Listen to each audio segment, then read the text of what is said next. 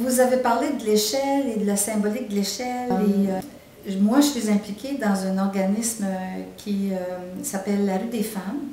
Et c'est un organisme qui vient en aide aux femmes itinérantes et en grande détresse. Et notre directrice générale, qui est la fondatrice, Madame Léonie Couture, développe depuis toutes ces années, je pense que ça fait 17 ans que la Rue des Femmes existe,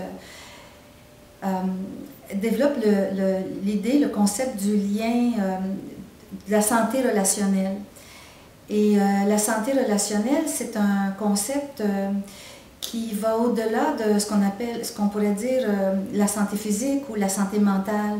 Parce que des femmes itinérantes, aujourd'hui, on va dire que ce sont des femmes malades, on va dire que ce sont des femmes qui ont des problèmes de santé mentale. Mais la maladie mentale n'était pas là au départ. Il faut penser que ce sont des femmes qui traînent un lourd passé, un passé qui a été, qui date souvent de la petite enfance. C'est un peu comme un cordon ombilical, c'est le lien qui nous relie aux autres et le lien qui nous relie à nous-mêmes. Et donc, ça vient mettre un terme à un développement harmonieux, ça vient créer des problèmes de comportement, ça vient créer des problèmes d'échange avec les gens autour d'eux. Et donc, Léonie a souvent parlé du lien brisé, la fracture du lien. Et l'exemple qu'elle donne, c'est par exemple, si quelqu'un a un accident d'automobile et subit une fracture de la jambe, on va l'amener à l'hôpital, on va faire des rayons X, on va lui donner des médicaments contre la douleur, on va le mettre dans un plâtre, on va le suivre pendant plusieurs semaines. On va tout faire pour que cette personne-là recouvre sa santé, recouvre la possibilité de bien marcher. Alors on peut penser aussi, on peut faire un parallèle chez ces gens-là qui sont brisés et qui ont été abandonnés, négligés, violentés, trahis. C'est donc ce lien émotionnel qui est brisé, ce lien à l'autre, ce lien à soi.